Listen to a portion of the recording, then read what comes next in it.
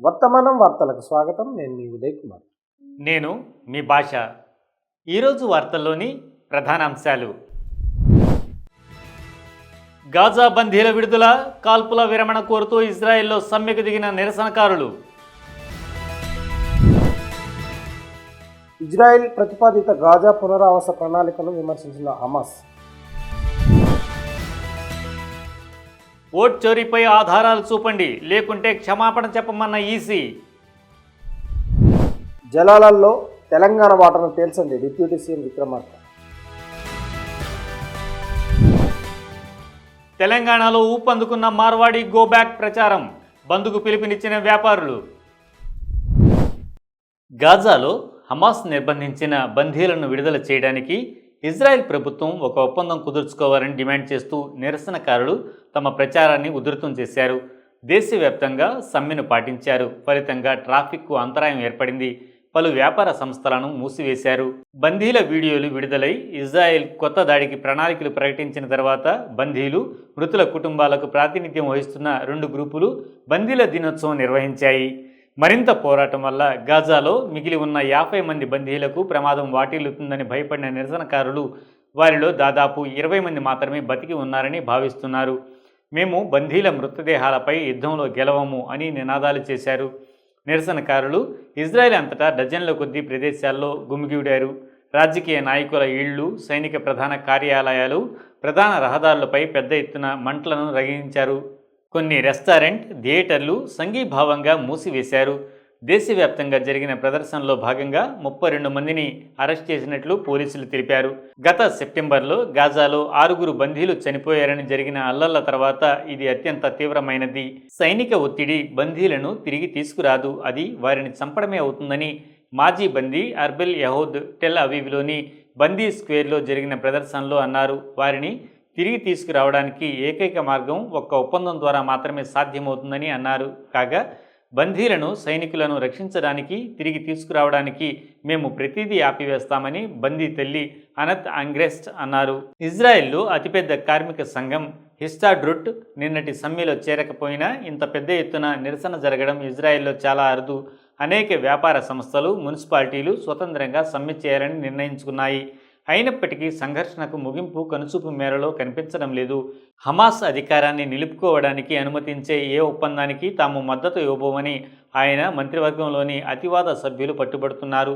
చివరిసారిగా ఇజ్రాయెల్ బందీలను విడుదల చేసే కాల్పుల విరమణకు అంగీకరించినప్పుడు వారు నెతన్యాహు ప్రభుత్వాన్ని కూల్చివేస్తామని బెదిరించారు. ఆర్థిక మంత్రి బెజలెల్ స్మోట్రిచ్ మాట్లాడుతూ ఇలాంటి నిరసనలు ఇజ్రాయెల్ను తన శత్రువులకు లొంగిపోయేలా చేస్తుందని అన్నారు. ఇజ్రాయెల్ భద్రత భవిష్యత్తును ప్రమాదంలో పడవేసే ప్రయత్నం అని అన్నారు. జాతీయ భద్రతా మంత్రి ఇటామన్ బెన్గ్వీర్ మాట్లాడుతూ నిరసనకారులు ఇజ్రాయెల్ను బలహీనపరచడానికి ప్రయత్నిస్తున్నారని ఆరోపించారు. ఇదిలా ఉండగా ఇజ్రాయెల్లోని ప్రదర్శనకారులు కాల్పుల విరమణ కోరుతుండగా హమాస్ను నాశనం చేసే లక్ష్యంతో ఇజ్రాయెల్ గాజా నగరం ముట్టడిలో ఉన్న స్ట్రిప్లోని ఇతర ప్రాంతాలపై దాడికి సన్నాహాలు ప్రారంభించింది. ఇజ్రాయెల్ ప్రతిపాదిత గాజా పునరావాస ప్రణాళిక ఈ ప్రాంతంలోని లక్షలాది ప్రజలను నిరాశ్రయులను చేస్తుందని హమాస్ పేర్కొంది. దక్షిణ గాజా స్ట్రిప్లో ఇజ్రాయెల్ టెంట్లు, ఇతర గృహ పరికరాలను మోహరించడం స్పష్టమైన మోసమని ఆ బృందం పేర్కొంది. మరోవంక గాజాలో రోజుకు దిగజారుతున్న పరిస్థితులపై ఐక్యరాజ్యసమితి హెచ్చరిక జారీ చేసింది. ఇజ్రాయెల్ నెలల తరబడి గాజాలో సాగిస్తున్న సుదీర్ఘ యుద్ధం, ఆంక్షల కారణంగా దాదాపు 10 లక్షల మంది మహిళలు, బాలికలు మూకుమ్మడి కరువు పరిస్థితులను, హింసను, హక్కుల ఉల్లంఘనలను ఎదుర్కొంటున్నారని ఐక్యరాజ్యసమితి పాలస్తీనా శరణార్థుల సంస్థ హెచ్చరించింది. ఈ మేరకు ఎక్స్లో పోస్ట్ పెట్టింది.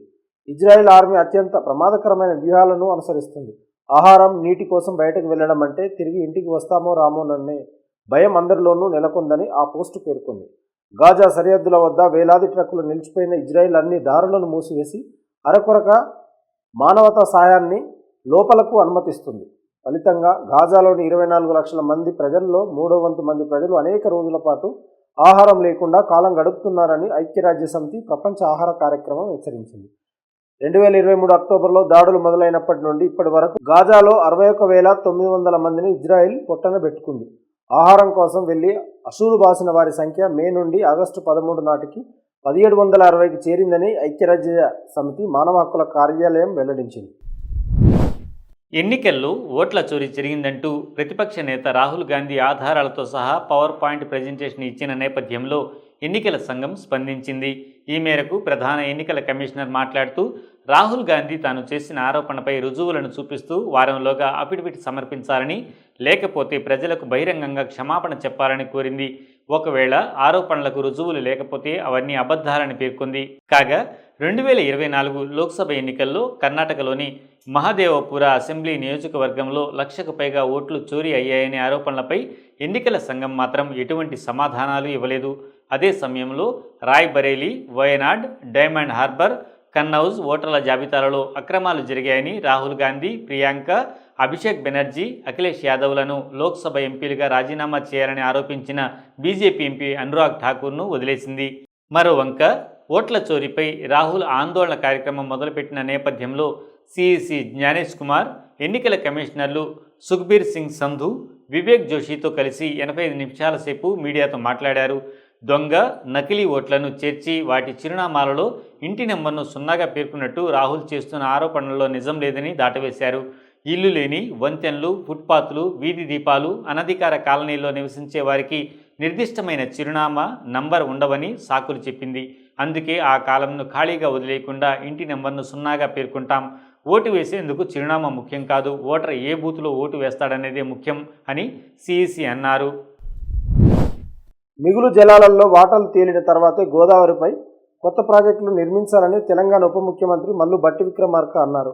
ఇలా చేయడం చట్టబద్ధం, న్యాయమైనది అని ఆయన అన్నారు. నీటి వాటాలను నిర్ణయించే బాధ్యత కేంద్రంపై ఉందని విక్రమార్క అన్నారు. వివిధ కార్యక్రమాలలో పాల్గొనడానికి విశాఖపట్నంలో పర్యటిస్తున్న ఉప ముఖ్యమంత్రి మీడియా ప్రతినిధులతో మాట్లాడుతూ నదీ జలాల కోసమే తెలంగాణ రాష్ట్రం ఏర్పడిందని ప్రస్తావించారు.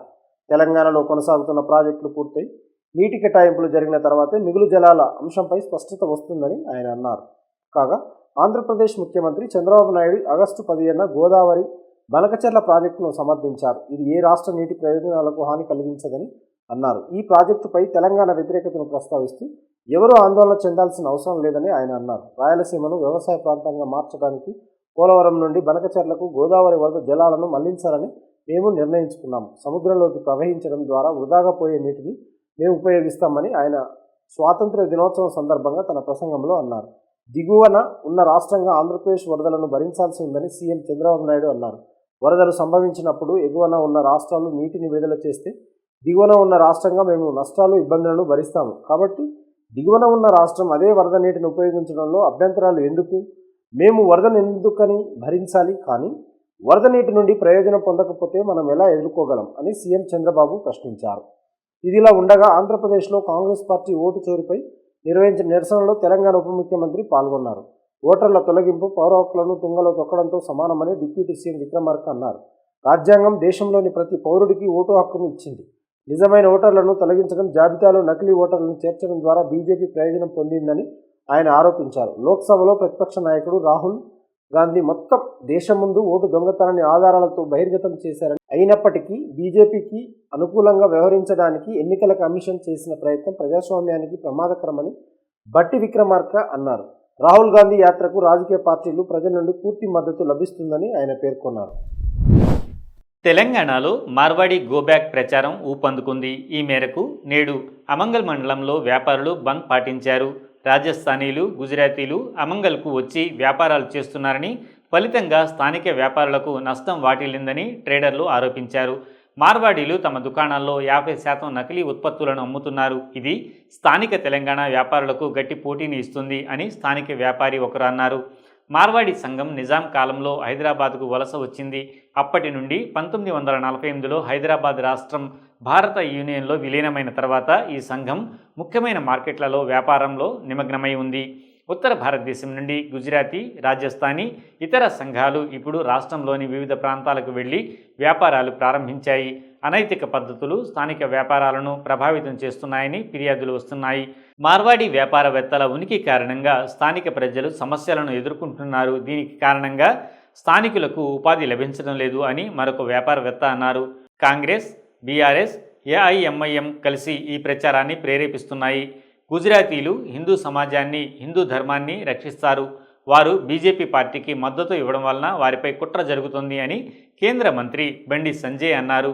రాష్ట్ర ప్రభుత్వం నగరానికి అక్రమంగా వచ్చిన రోహింగ్యాలపై ఎక్కువ దృష్టి పెట్టాలి, బదులుగా కాంగ్రెస్ ప్రభుత్వం అక్రమ వలసదారులకు ఆహారం పెడుతుంది అని బండి సంజయ్ అన్నారు. మరోవైపు తెలంగాణ శ్యామ్ అనే స్థానిక కార్యకర్త మార్వాడీలకు మద్దతు ఇచ్చినందుకు బీజేపీ నాయకురాలు మాధవీలతను లక్ష్యంగా చేసుకున్నారు. రోహింగ్యాలు, బంగ్లాదేశీ అక్రమ వలసదారులపై ప్రజలు ఎక్కువ దృష్టి పెట్టాలని, మార్వాడీలను లక్ష్యంగా చేసుకోకూడదని మాధవీలత ఇటీవల అన్నారు. రోహింగ్యాలను గుర్తించి వారిని తిరిగి పంపించడం బీజేపీ ప్రభుత్వ బాధ్యత అని తెలంగాణ శ్యామ్ అన్నారు. రోహింగ్యాలను వెనక్కి పంపడానికి నేను కేంద్ర మంత్రినా? మీ ప్రభుత్వం 11 సంవత్సరాలుగా అధికారంలో ఉంది. వారు అక్రమంగా నివసిస్తున్నట్లయితే రోహింగ్యాలను పట్టుకుని వెనక్కి పంపాలి అని ఆయన ప్రశ్నించారు. మార్వాడి గోబ్యాక్ ప్రచారానికి నాయకత్వం వహిస్తున్న వారిని నాయకులు బెదిరించడానికి ప్రయత్నిస్తున్నారని తెలంగాణ శ్యామ్ అన్నారు. మేము న్యాయం కోసం పోరాడుతున్నాము, మత రౌడీలు బెదిరిస్తున్నారు అని ఆయన అన్నారు. వాస్తవ వార్తలకు ప్రమాణం టీవీ వర్తమానం. ఈ వార్తలు ఇంతటితో సమాప్తం. మరిన్ని విశేషాలతో మళ్ళీ కలుద్దాం. నమస్కారం. సబ్స్క్రైబ్ చేయండి, షేర్ చేయండి, లైక్ చేయండి, కామెంట్ చేయండి. వర్తమానాన్ని ప్రజల్లోకి తీసుకెళ్ళండి. ధన్యవాదాలు. Thank you.